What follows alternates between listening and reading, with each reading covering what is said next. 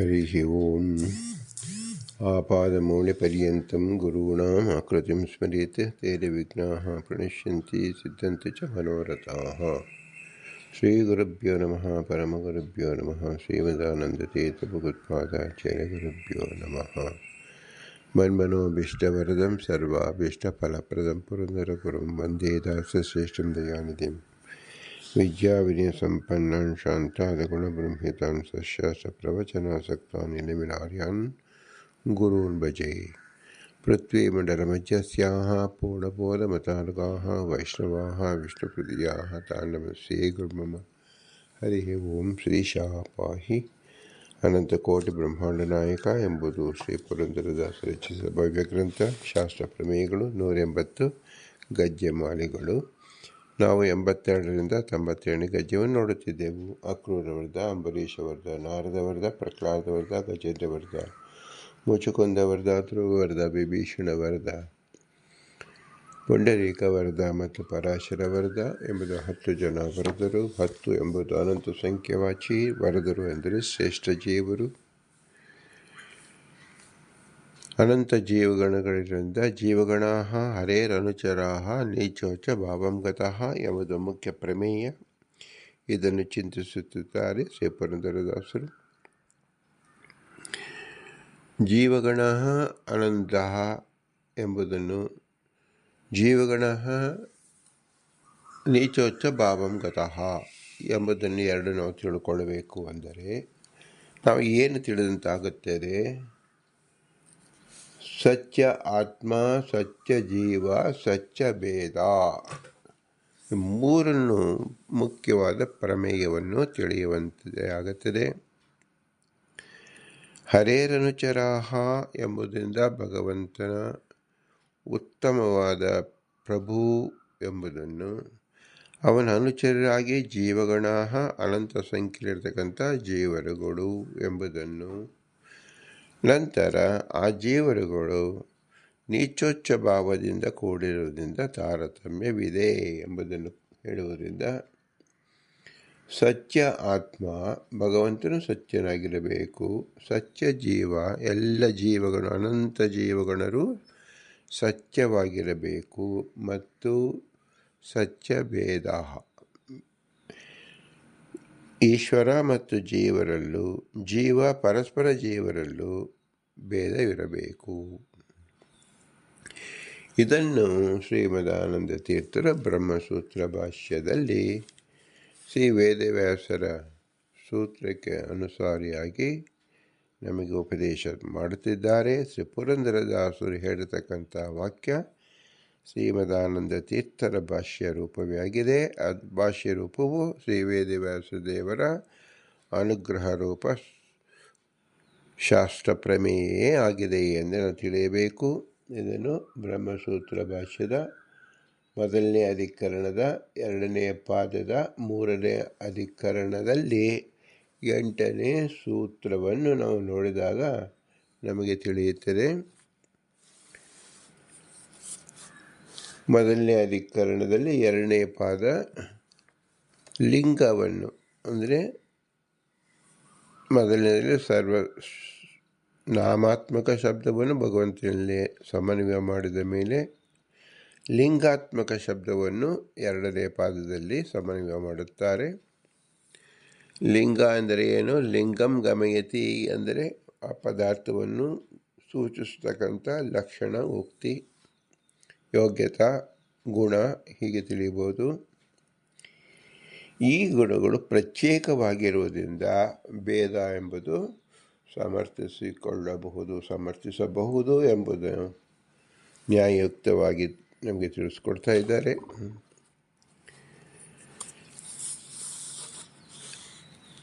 ಇಲ್ಲಿ ಭಾಷ್ಯ ರೂಪವಾಗಿ ಶ್ರೀಮದಾನಂದ ತೀರ್ಥರು ಶ್ರೀ ವೇದವ್ಯಾಸರ ವಾಕ್ಯವನ್ನೇ ತಿಳಿಸಿದ್ದಾರೆ. ಸತ್ಯ ಆತ್ಮ, ಸತ್ಯ ಜೀವ, ಸತ್ಯಂ ವಿದ, ಸತ್ಯಂ ವಿದ, ಸತ್ಯಂ ವಿದ, ಮೈವಾರಣ್ಯೋ ಮೈವಾರಣ್ಯೋ ಮೈವಾರಣ್ಯ ಇತಿ ಪೈಂಗಿ ಶ್ರುತಿ. ಶ್ರುತಿಯ ವಾಕ್ಯವನ್ನು ತಮ್ಮ ಉತ್ತರ ರೂಪವಾಗಿ ಶ್ರೀಮದಾನಂದ ತೀರ್ಥರು ತೋರಿಸಿದ್ದಾರೆ. ಶ್ರೀಮದಾನಂದ ತೀರ್ಥರ ಅತಿ ದೊಡ್ಡ ಸ್ಥಿತಿ ಅಂದರೆ ಏನು?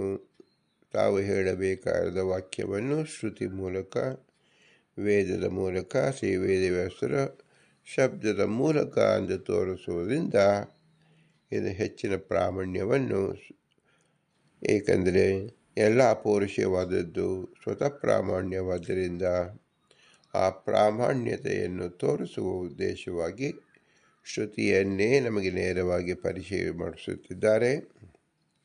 ಇದರ ಭಾವಾರ್ಥವೇನು? ಆತ್ಮನು ಸತ್ಯನು, ಜೀವನು ಸತ್ಯನು, ವೇದವು ಸತ್ಯವು, ಶ್ರೀಹರಿಯು ದೋಷಗಳಿಂದ ಸರ್ವತಾ ಭಜನೀಯನಲ್ಲ. ಹೀಗೆ ಪೈಂಗಿ ಶ್ರುತಿ ತಿಳಿಸ್ಕೊಡ್ತಾ ಇದೆ. ಯದ್ಯಪಿ ಇಲ್ಲಿ ಆತ್ಮ ಜೀವರಿಗೆ ಸತ್ಯತ್ವವನ್ನು ಹೇಳಿದ್ದರಿಂದಲೇ ಆತ್ಮ ಜೀವ ಸ್ವರೂಪ ಭೇದಕ್ಕೂ ಸತ್ಯತ್ವವು ಉಕ್ತವಾಯಿತು. ಆದಾಗ್ಯೂ ಪುನಃ ಶಪಥಪೂರ್ವಕವಾಗಿ ಮೂರಾವರ್ತಿ ಸತ್ಯಂಬಿದ ಸತ್ಯಂಬಿದ ಸತ್ಯಂಬಿದ ಎಂದು ಹೇಳಿದ್ದು ಆಪಾತತಃ ಪ್ರತೀತವಾದ ಅಭೇದ ಪ್ರತೀತಿಯನ್ನು ನಿರಾಕರಿಸುವಲ್ಲಿ ತಾತ್ಪರ್ಯವಿದೆ ಎಂಬುದನ್ನು ತೋರಿಸುವುದಕ್ಕಾಗಿ 3 ಬಾರಿ ಮೈವಾರಣ್ಯ ಮೈವಾರಣ್ಯೋ ಮೈವಾರಣ್ಯ ಎಂಬುದಾಗಿ ತಿಳಿಸಿದ್ದಾರೆ. ಇದು ಲೋಕದಲ್ಲಿ ನಾವು ನೋಡುತ್ತೇವೆ. ಯಾರು ಒಂದಾವರ್ತಿ ಹೇಳಿದಾಗ ಯಥಾರ್ಥವಾದನ್ನು ಒಂದು ಸಾರಿ ಹೇಳಿದರೆ ಸಾಕು, ಅದು ಲೋಕಮಾನ್ಯವಾಗುತ್ತದೆ. ಲೇಖನದಲ್ಲೂ ನಾವು ಒಂದು ಸಾರಿ ಬರೆದರೆ ಸಾಕು, ಅದಕ್ಕೆ ಪೂರ್ಣ ಅಂಕವೇ ಸಿಗುತ್ತದೆ. ಆದರೂ ಕೆಲವನ್ನು ನಾವು 2 ಬಾರಿ 3 ಬಾರಿ ಹೇಳುವುದುಂಟು. ಇದಕ್ಕೆ ಕಾರಣ ಏನು? ನಾವು ಒಂದು ಸಾರಿ ಹೇಳಿದಾಗಲೇ 100 ಅಂಶ ನಮಗೆ ಅದಕ್ಕೆ ಮಾರ್ಕ್ಸ್ ಬಂದ್ಬಿಟ್ಟಿರುತ್ತದೆ. 2ನೇ ಬಾರಿ ಮತ್ತೆ 100 ಮತ್ತೆ 100 300 ಅಂಕಗಳು ಯಾರು ಕೊಡುವುದಿಲ್ಲ. ಆದರೆ ಯಾರು 2 ಬಾರಿ ಅಥವಾ 3ನೇ ಬಾರಿ ಹೇಳುತ್ತಾರೋ ಅದು ಮೊದಲೇ ಹೇಳಿದಂಥ ಏನು ಶಬ್ದವಿದೆ, ಅರ್ಥವಿದೆ, ವಾಕ್ಯವಿದೆ ಅದನ್ನು ದೃಢೀಕರಿಸೋಕ್ಕೋಸ್ಕರವಾಗಿ ಮತ್ತೆ ಮತ್ತೆ ಹೇಳುತ್ತಾರೆ. ಇದು ಮೊದಲಿಗೆ ತಿಳ್ಕೋಬೇಕು. ದೃಢೀಕರಣಕ್ಕೆ ಒಂದೇ ಸಾರಿ ಸಾಕಲ್ವಲ್ಲ, ಯಾತಕ್ಕೆ 2ನೇ ಬಾರಿ ದೃಢೀಕರಣ ಹೇಗೆ ಉಂಟಾಗುತ್ತದೆ ಎಂದರೆ, ಯಾವುದು ಹೇಳಲೇಬೇಕಾದದ್ದನ್ನು 2-3 ಸಾರಿ ಒತ್ತಿ ಹೇಳಿದಾಗ ಅದು ಶಾಶ್ವತವಾಗಿ ಉಳಿಯಬೇಕು ಎಂಬುದು ಒಂದು ಅಭಿಪ್ರಾಯ. ಮತ್ತೆ 2-3 ಬಾರಿ ಹೇಳಿದಾಗ ಇದು ಹಿಂದೆ ಹಲವಾರು ವ್ಯಕ್ತಿಗಳಲ್ಲಿ ಹಲವಾರು ಬಾರಿ ಭಿನ್ನಾಭಿಪ್ರಾಯಕ್ಕೆ ಒಳಗಾಗಿ ಅನ್ಯತಾಕಾರವಾಗಿ ಚಿಂತಿಸಿದಾಗ ನಮ್ಮಲ್ಲೇ ಚಿಂತನೆ ಅನ್ಯತಾಕಾರವಾಗಿ ಬಂದಿರಬಹುದು. ಪರರ ಪ್ರಭಾವದಿಂದ ನಮಗೆ ಅನ್ಯತಾಕಾರವಾಗಿ ಚಿಂತನೆಗೆ ಒಳಗಾಗಿರಬಹುದು. ಆ 2 ಚಿಂತನೆಯನ್ನು ದೂರೀಕರಿಸೋಕ್ಕೋಸ್ಕರವಾಗಿ ನಮ್ಮಲ್ಲಿ ಬಿದ್ದಿರತಕ್ಕಂಥ ವಿಷಮ ಬೀಜವನ್ನು ಕಿತ್ತೊಗೆಯಲು ಮತ್ತು ಬೇರೆಯವರಿಂದ ಬರಬಹುದಾದಂಥ ವಿಷಮ ಗಾಳಿಯನ್ನು ದೂರೀಕರಿಸಲು 2 ಬಾರಿ 3 ಬಾರಿ ಅದು ವಿಚಾರವನ್ನು ವೇದವೇ ಹೇಳಿರುತ್ತದೆ. ಅದು ವ್ಯವಹಾರದಲ್ಲೂ ಸಹ ಇದೆ.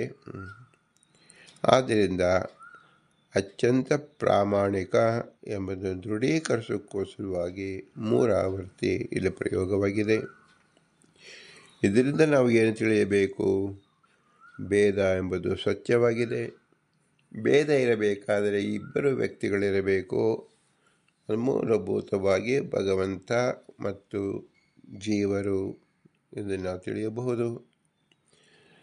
ಮತ್ತು ಜೀವರು ಅನಂತ ಸಂಖ್ಯೆಯಲ್ಲಿ ಇರುವುದರಿಂದ, ಅನಂತ ಸಂಖ್ಯೆ ನಮಗೆ ಹೇಗೆ ತಿಳಿಯುವುದು? ಪರಸ್ಪರ ಅವರಲ್ಲಿ ಭೇದ ಇರುವುದರಿಂದಲೇ ಸಾಧ್ಯವಾಗುವುದು. ಆದ್ದರಿಂದ ಭೇದ ಎಂಬುದು ಸತ್ಯ, ಪರಮಾತ್ಮ ಎಂಬುದು ಸತ್ಯ, ಜೀವರೆಲ್ಲರೂ ಎಂಬುದು ಜಾತಿ ಏಕವಚನದಿಂದ ಹೇಳಿದಾಗ ಒಂದೇ ಜೀವರಲ್ಲ, ಅನಂತ ಜೀವರು, ಅನಂತ ಭೇದಗಳಿದೆ, ಅನಂತ ಸತ್ಯವಿದೆ. ಒಬ್ಬೊಬ್ಬ ವ್ಯಕ್ತಿಯನ್ನು ಒಬ್ಬೊಬ್ಬ ಜೀವರನ್ನು ಹಿಡಿದು ಇವನಲ್ಲಿ ಭೇದವಿದೆ, ಇವನಲ್ಲಿ ಶಕ್ತಿ, ಇವನಲ್ಲಿ ಸತ್ಯವಾಗಿದೆ ಎಂಬುದನ್ನು ದೃಢೀಕರಿಸಲು ಎಲ್ಲ ಜೀವರನ್ನು ಸಮಷ್ಟಿಯಾಗಿ ತಿಳಿದು ಸಕಲ ಜೀವರು ನಿತ್ಯರು ಎಂದು ತಿಳಿಸಿದ್ದಾರೆ. ಸಕಲ ಜೀವರಲ್ಲೂ ಭೇದವಿದೆ. ಪ್ರತಿಯೊಬ್ಬರ ಭೇದವು ವಿಭಿನ್ನ ರೀತಿಯಾದದ್ದು ಎಂಬುದನ್ನು ತಿಳಿಸಬೇಕಾಗಿದೆ. ಭಗವಂತನಲ್ಲಿ ಯಾವ ಭೇದವೂ ಇಲ್ಲ. ನೇಹ ನಾನಾಸ್ತಿ ಕಿಂಚನ ಎಂಬುದನ್ನು ವಿಶೇಷಾಕಾರವಾಗಿ ತಿಳಿಯಬೇಕು. ಎಲ್ಲ ಭೇದವು ಕೇವಲ ಜೀವರಲ್ಲಿ ಮಾತ್ರ ಇರತಕ್ಕಂಥದ್ದು. ಇಷ್ಟು ವಾಕ್ಯಗಳನ್ನು ಸಮಷ್ಟಿಯಾಗಿ ಸಮಗ್ರವಾಗಿ ಪುಷ್ಟೀಕರಿಸೋದೋಸ್ಕರ 3 ಆವರ್ತಿ ಪೈಂಗಿರಿ ಶ್ರುತಿಯಲ್ಲಿ ಹೇಳಲ್ಪಟ್ಟಿದೆ ಎಂಬುದನ್ನು ತಿಳಿಯಬೇಕು. ಭೇದವು ಅಸತ್ಯವೆಂದು ಹೇಳುವವರಿಗೆ ಮಹಾದೋಷವನ್ನು ಶ್ರುತಿ ಹೇಳುತ್ತಿದೆ. 2ನೇ ಬಾರಿ ಯಾವಾಗ ಇದು ಹೇಳುತ್ತೋ ಅದು ಯಾರು ಅನ್ಯತಾಕಾರವಾಗಿ ಅದನ್ನು ತಿಳಿದುಕೊಂಡಿರ್ತಾರೋ, ಬೋಧಿಸುತ್ತಾರೋ, ಅದರ ಪ್ರಭಾವಕ್ಕೊಳಗಾಗಿರ್ತಾರೋ ಅದನ್ನು ದೂರೀಕರಿಸಲು 2ನೇ ಪ್ರಯೋಗವನ್ನು ಆಗಿರುತ್ತದೆ. ಆದ್ದರಿಂದ ಸರ್ವತಾ ಭೇದವು ಅಸತ್ಯವಲ್ಲ ಎಂಬುದನ್ನು ದೃಢೀಕರಿಸಿಕೊಳ್ಳಬೇಕು. ಯದ್ಯಪಿ ಭಾಗವತ ತಾತ್ಪರ್ಯದಲ್ಲಿ ಸತ್ಯತ್ವಂ ಚ ಭೇದಸ್ಯ ಉಕ್ತಂ ಎಂಬ ಬಾಲ್ಯವೇ ಶ್ರುತಿಯಲ್ಲಿ ಸಾಣುಹೋ ಚಕ್ರಾಮಃ ಸ ಪ್ರಜಾಪತಿ ಮುವಾಚ ಕೋಪಿ ಖೇ ಸ್ಮ ಕಃ ಸಹ ಇತಿ ಸ ಹೋವಾಚ ಯೋ ಅಸ್ಮಿನ್ ಸಹ ಯಃ ಸ ಇತಿ ಅತ ಏನಂ ಉಪಾಕ್ರೋಶತ ಸತ್ಯಂ ವಿದ ಇತ್ಯಾದಿ. ರುದ್ರನು ಮೇಲಕ್ಕೆ ಹೋದನು. ಆ ರುದ್ರನು ಬ್ರಹ್ಮನ ಹತ್ತಿರ ಹೋದನು. ನೀನು ಎಂತಹನು, ನಾವು ಎಂತಹರು, ಆ ವಿಷ್ಣು ಎಂತಹನು, ಅಂದರೆ ಭಿನ್ನನು ಅಭಿನ್ನನು ಎಂದು ಕೇಳಿದಾಗ ಉತ್ತರವನ್ನು ಹೇಳುತ್ತಾರೆ. ನಾನು ಮೊದಲು ಹೇಗೆ ಇದ್ದನೋ ಅಂಥವನು ಆಗಿದ್ದೇನೆ. ನೀವು ಮೊದಲು ಎಂಥವರೋ ಅಂಥವರಾಗಿರುತ್ತೀರಿ. ಆ ವಿಷ್ಣು ಮೊದಲು ಹೇಗೋ ನನ್ನಿಂದಲೂ ನೀವೇ ಮೊದಲಾದವರಿಂದಲೂ ಭಿನ್ನನೋ ಅಂಥವನೇ ಎಂದು ಶ್ರುತಿಯ ಅರ್ಥ. ಹೀಗೆ ಸತ್ಯಂಬಿದ ಎನ್ನುವ ಶ್ರುತಿಯು ಬಾಲ್ಯವೇಯ ಶ್ರುತ್ಯಂತರ್ಗತವೆಂದು ಉಕ್ತವಾಗಿದೆ. ಆದರೂ ಭಾಷ್ಯ ಉದಾಹೃತವಾದ ಸತ್ಯ ಆತ್ಮ ಎಂಬ ಪೈಂಗಿ ಶ್ರುತಿಗೆ ಸಮಾಖ್ಯ ರೂಪವಾದ ಬಾಲ್ಯವೇ ಶ್ರುತಿಯಾದ ಭಾಗವತ ತಾತ್ಪರ್ಯದಲ್ಲಿ ಉಕ್ತವಾಗಿದೆ ಅಂತ ತಿಳಿತಕ್ಕಂಥದ್ದು. ಆತ್ಮ ಹಿ ಪರಮಃ ಸ್ವತಂತ್ರಾದಿಗುಣಃ ಜೀವ ಅಲ್ಪಶಕ್ತಿ ಅಸ್ವತಂತ್ರೋ ಅವರಂ ಇತಿ ಬಾಲ್ಯವೇ ಶ್ರುತಿ. ಈ ಭೇದವನ್ನು ಹೇಳುವಾಗ ಹಾಗಾದರೆ ಭೇದದ ಮುಖ್ಯ ಲಕ್ಷಣವನ್ನು ಹೇಳಿ ಎಂದು ಹೇಳಿದಾಗ ಅದು ಸಹ ಬಾಲ್ಯವೇ ಶ್ರುತಿ ತಿಳಿಸುತ್ತಾ ಇದೆ. ಪರಮಾತ್ಮ ಸರ್ವೋತ್ತಮನು, ಪರಮಾತ್ಮ ಸ್ವತಂತ್ರನು, ಪರಮಾತ್ಮ ಪೂರ್ಣ ಶಕ್ತಿ ಉಳ್ಳವನು. ಇದರ ಸವಾಲಾಗಿ ಇದರ ಎದುರು ಜೀವರಲ್ಲಿ ಅಲ್ಪಶಕ್ತಿ ಉಳ್ಳವರು, ಅಸ್ವತಂತ್ರರು ಮತ್ತು ನಿಕೃಷ್ಟನು. ಪರಮಾತ್ಮ ಸ್ವತಂತ್ರ, ಸರ್ವೋತ್ತಮ, ಪೂರ್ಣಶಕ್ತಿ, ಜೀವರಲ್ಲಿ ಅಲ್ಪಶಕ್ತಿ, ಅಸ್ವತಂತ್ರ ಮತ್ತು ನಿಕೃಷ್ಟ ಅಂತ ಬಾಲ್ಯವೇ ಶ್ರುತಿಗೆ ತಿಳಿಸಿದೆ. ಇದೇ ಅರ್ಥ ಪುರಾಣ ವಾಕ್ಯದಲ್ಲಿ ಹೇಳುತ್ತಾರೆ. ಯಥಾ ಈಶ್ವರಸ್ಯ ಜೀವಸ್ಯ ಭೇದಸ್ಸಚ್ಚೋ ವಿನಿಶ್ಚಯಾತ್ ಏವಮೇವ ಹಿ ಮೇ ವಾಚಾಂ ಸತ್ಯಾಂ ಕರ್ತುಮಿಹಾರ್ಯಸಿ. ಯಥಾ ಈಶ್ವರಸ್ಯ ಜೀವಸ್ಯ ಸತ್ಯ ಭೇದೌ ಪರಸ್ಪರಂ ತೇನ ಸತ್ಯೇನ ಮಾಂ ದೇವಾಃ ತ್ರಾಯಂತು ಸಹ ಕೇಶವಾಃ ಇಚ್ಛಾದೇಹೇನ ಸತ್ಯೋ ಭೇದಃ ಎಂಬುದು ಅಧಿಕರಣ 3ರಲ್ಲಿ ಸೂರ್ಯ ಸೂಕ್ತದಲ್ಲಿ ತಿಳಿಸಲ್ಪಟ್ಟಿದೆ.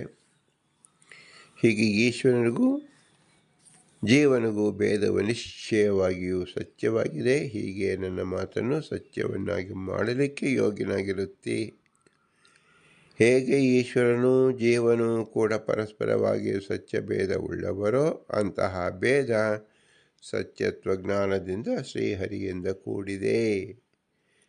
ದೇವತೆಗಳು ನನ್ನನ್ನು ರಕ್ಷಿಸಲಿ ಇತ್ಯಾದಿ ಪ್ರಮಾಣಗಳಿಂದ ಭೇದವು ಅಸತ್ಯವಲ್ಲ ಎಂಬುದನ್ನು ದೃಢೀಕರಿಸುತ್ತದೆ. ಈ 1ನೇ ವಾಕ್ಯ ಪದ್ಮ ಪುರಾಣದಲ್ಲಿದ್ದು 2ನೇ ವಾಕ್ಯ ಸ್ಕಾಂದ ಪುರಾಣದಲ್ಲಿದೆ ಎಂದು ತತ್ವ ಪ್ರದೀಪದಲ್ಲಿ ತಿಳಿಸಲ್ಪಟ್ಟಿದ್ದಾರೆ. ಆದಿಪದದಿಂದ ತತ್ವ ಪ್ರದೀಪದಲ್ಲಿ ಉದಾಹರಿತವಾದ ವಾಕ್ಯಗಳು ದ್ವೌ ಭೂತ ಸರ್ಗೌ ಎಂಬುದು ಗೀತಾ 16ನೇ ಅಧ್ಯಾಯದ 6ನೇ ಶ್ಲೋಕ. ತಾನಹಂ ದ್ವಿಶತಂ ಕ್ರೂರಾನ್ 16ನೇ ಅಧ್ಯಾಯದ 19ನೇ ಶ್ಲೋಕ. ಅಸತ್ಯಂ ಅಪ್ರತಿಷ್ಠಂ ತೇ ಜಗದಾಹ್ವನೀಶ್ವರಂ ಎಂಬುದು ಗೀತಾ 16ನೇ ಸರ್ಗದ 8ನೇ ಶ್ಲೋಕ. ತೇ ಅಸುರಾ ಸ್ವಯಂ ನಷ್ಟ ಜಗತಃ ಕ್ಷಯಕಾರಿಣಃ ಎಂದು ವ್ಯಾಸ ಸ್ಮೃತಿ. ಇಂದ್ರ ಸೋಮ ತಪತಃ ರಕ್ಷಂ ಉಜ್ಜತಂ ನೃಪಯಂತಂ ವೃಷಣ ತಮೋ ವೃದಃ ಪರಾಶುಣೀತಮುಚಿತೋ ನ್ಯೂಷತಾಂ ನೋದೇತಾಂ ನಿಶಿಷೀತ ಮಂತ್ರಿಣಃ.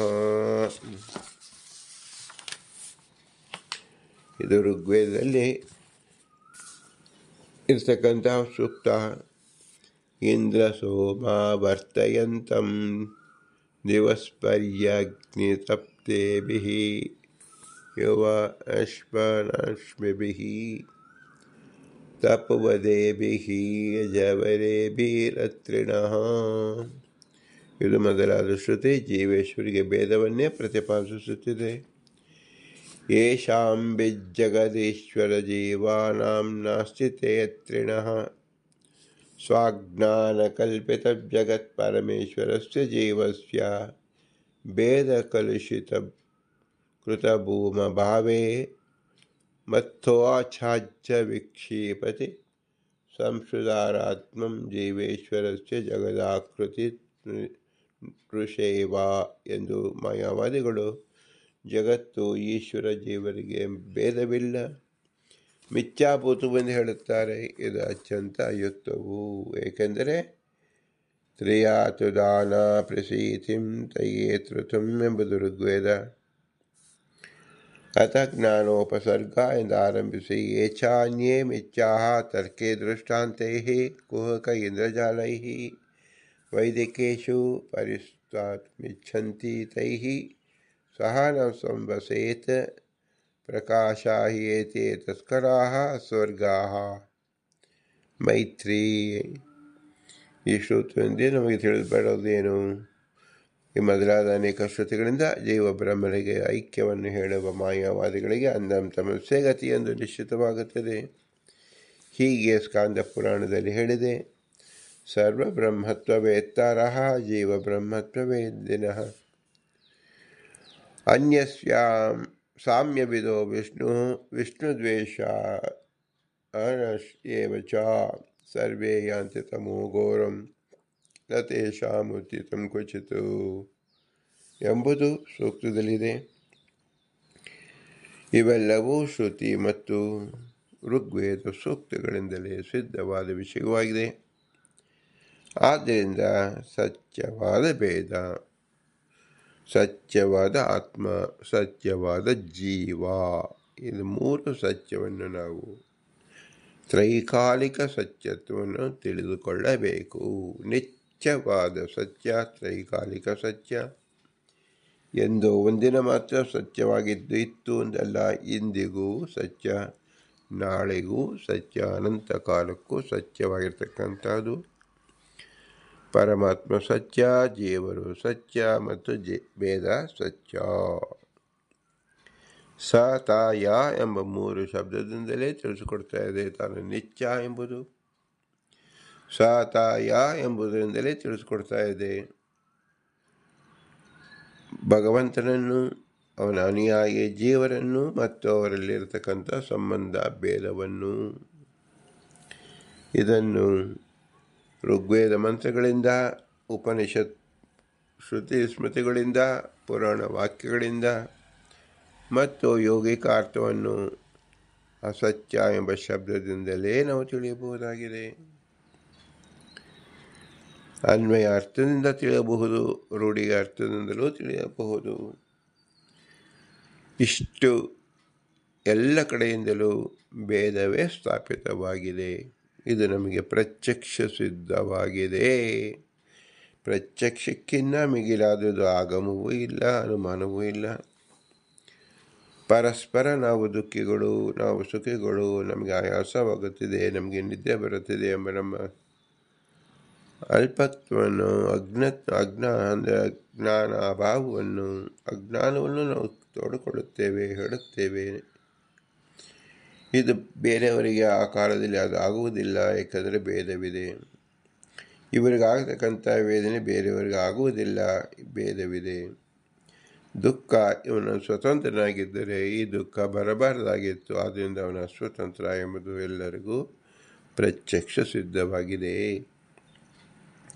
ಹಾಗಾದರೆ ಎಲ್ಲರೂ ಅಸ್ವತಂತ್ರ ಆಗಿರಬೇಕಲ್ಲ, ದೇವರನ್ನ ಯಾಕೆ ನಾವು ಪ್ರತ್ಯೇಕವಾಗಿಡಬಹುದು ಅಂದರೆ ಲೋಕದಲ್ಲಿ ಒಂದು ವ್ಯವಹಾರವೇ ಕೆಟ್ಟು ಹೋಗುತ್ತದೆ. ಒಬ್ಬ ರಾಜ, ಮಾಲೀಕ, ನಾಯಕ ಎಂಬುದು ಇಲ್ಲದೆ ಹೋದರೆ ಯಾವುದು ವ್ಯವಸ್ಥೆ, ಸುವ್ಯವಸ್ಥೆಯಲ್ಲಿ ನಡೆಯುವುದೇ ಇಲ್ಲ. ಈ ಬ್ರಹ್ಮಾಂಡ ಅನಂತ ಕಾಲದಿಂದ ಅತ್ಯಂತ ಅನಾದಿ ಕಾಲದಿಂದಲೂ ಅನಂತ ಕಾಲದವರೆಗೂ ಸುವ್ಯವಸ್ಥಿತವಾಗಿರಬೇಕಾದಾಗ ಇದಕ್ಕೆ ಅತ್ಯಂತ ಪ್ರಮುಖವಾದ, ಅತಿ ಮುಖ್ಯವಾದ ನಾಯಕ ಇರಲೇಬೇಕು. ಅವನೇ ಅನಂತ ಕೋಟಿ ಬ್ರಹ್ಮಾಂಡ ನಾಯಕ, ಅವನೇ ಭಗವಂತ, ಅವನೇ ಏಕರಾಟ್, ಅವನೇ ವಿಷ್ಣು, ಅವನೇ ಹರಿಯ. ಎಲ್ಲ ಸಕಲ ಶಬ್ದಗಳು, ವಿಷ್ಣು ಸಹಸ್ರನಾಮ ಹೇಳ್ತಕ್ಕಂಥ ಸಕಲ ಶಬ್ದಗಳು, ಸಕಲ ಶಬ್ದ ವಾಗ್ಮಯಗಳಲ್ಲಿ ನಾವು ಏನು ಶಬ್ದವನ್ನು ಹೇಳುತ್ತಾ ಇದ್ದೀವಿ ಅದು ಕೇವಲ ಭಗವಂತನನ್ನೇ ಸೇರುತ್ತಿರುವುದರಿಂದ ಎಲ್ಲ ಶಬ್ದಗಳಿಗೆ ಯಾರು ವೇದ್ಯನು, ಎಲ್ಲ ವೇದಗಳಿಗೆ ವೇದದಿಂದ ಯಾರು ವೇದ್ಯನು ಅವನು ನಿತ್ಯ, ಸತ್ಯ, ಸ್ವತಂತ್ರ. ಅವನು ಹೇಗಿರಬೇಕು? ಪೂರ್ಣಗುಣವಾಗಿರಬೇಕು, ಯಾವ ದೋಷವೂ ಇಲ್ಲದೇ ಇರಬೇಕು. ಯಹ ಸರ್ವಗುಣ ಸಂಪೂರ್ಣ ಸರ್ವದೋಷ ವಿದೂರತ್ವಂ, ಅವನನ್ನು ದೇವರು ಒಂದು ಹೆಸರು. ಈ ಗುಣ ಯಾವ ಜೀವರಲ್ಲಿ ಇಲ್ಲ, ಆದ್ದರಿಂದ ಅವರ ಅನ್ಯಾಯಿಗಳು, ಅವನ ದಾಸರು, ಅವನ ಅನುಚರರು ಜೀವರು ಅಂತ ತಿಳಿಯಬೇಕು. ಮತ್ತು ಪರಸ್ಪರ ಜೀವರಲ್ಲಿ ಭೇದ ಇರುವುದನ್ನು ಸಹ ಪ್ರತ್ಯಕ್ಷವಾಗಿ ಕಾಣುವುದರಿಂದ ಭೇದ ಸತ್ಯವಾಗಿದೆ.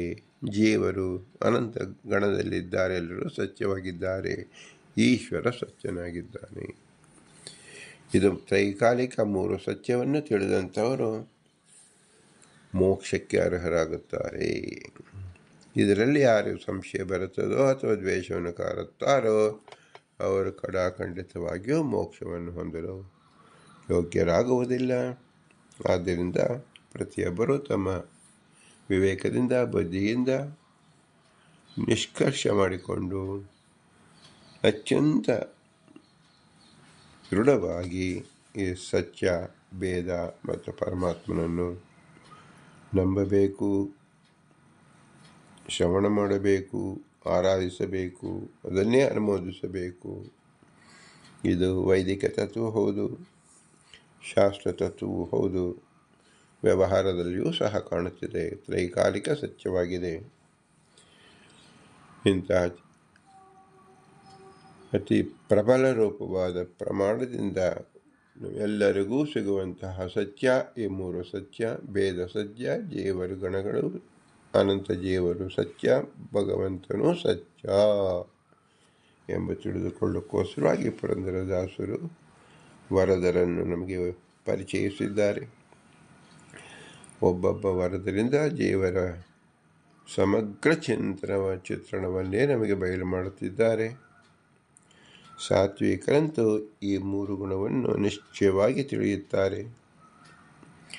ಆದ್ದರಿಂದಲೇ ವರದರು ಎಂಬುದಾಗಿ ಶ್ರೀ ಪುರಂದರ ತೋರಿಸಿದ್ದಾರೆ. ಇಂತಹ ಶ್ರೇಷ್ಠ ಚಿಂತನೆಯನ್ನು ಮಾಡಿಸುವ ಪುರಂದರದಾಸರಿಗೆ ಅನಂತ ನಮಸ್ಕಾರವನ್ನು ಸಲ್ಲಿಸಿ ಅವರ ಅಂತರ್ಯಾಮಿ ಪುರಂದರ ವಿಠಲನಿಗೆ ಭೂಯಿಷ್ಟಾಂತರ ಮುಕ್ತಿ ವಿಧೇಯ ಎಂದು ಹೇಳಿ, ಇಂತಹ ಶ್ರೇಷ್ಠ ಜ್ಞಾನ ಒದಗಿಸಲು ಕೇವಲ ಮನುಷ್ಯ ಜನ್ಮದಲ್ಲಿ ಮಾತ್ರ ಸಾಧ್ಯ. ಇಂತಹ ಜನ್ಮ ಕೊಟ್ಟಂಥ ತಂದೆ ತಾಯಿಗಳ ವಿಶೇಷ ಅನುಗ್ರಹವನ್ನು ಚಿಂತಿಸಬೇಕು.